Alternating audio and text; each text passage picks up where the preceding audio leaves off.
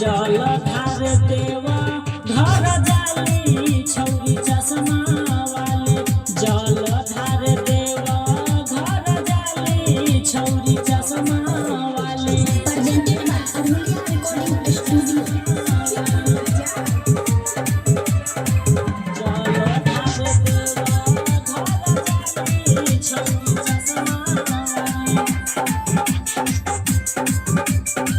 Studio में scene डाल नीचा वाला सोरेला बावन गज के सारी लागत सबसे आगे लिहे जलधारी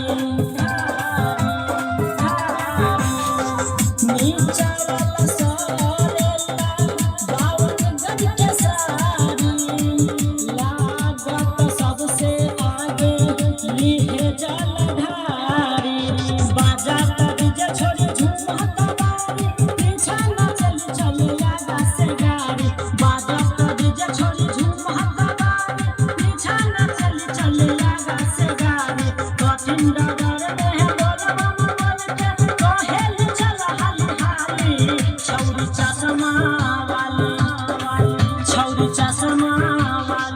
जलधार देवा घर जाली छौरी चश्मा वाली जलधार देवा घर जाली छौरी चश्मा वाली।